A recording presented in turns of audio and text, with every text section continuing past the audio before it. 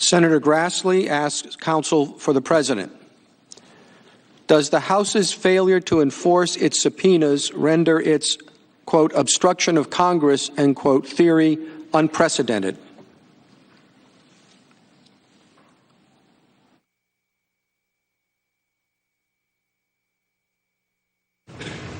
Mr. Chief Justice, Senators, the answer is yes. As far as I am aware, there has never been a prior instance in which there's been an attempt, even in the House, as in the Nixon proceeding, never mind in the Clinton proceeding, which actually left the House and came to the Senate, to suggest that there can be obstruction of Congress when there hasn't been anything beyond simply issuing a subpoena, getting resistance, and then throwing up your hands and giving up and saying, oh, well, that's obstruction.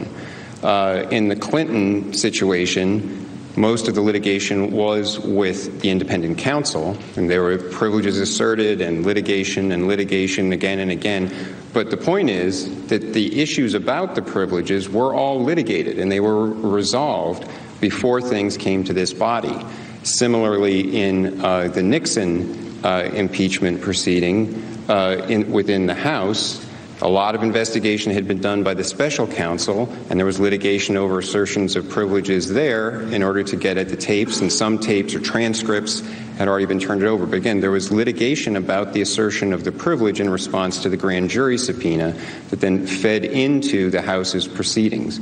So it would be completely unprecedented for the House to attempt to actually bring a charge of obstruction into the Senate where all they can present is, well, we issued a subpoena and there were legal grounds asserted for the invalidity of the subpoena, and there were different grounds as I've gone through. I won't repeat them all in detail here, but some were because the subpoenas were just invalid when issued because there was no vote.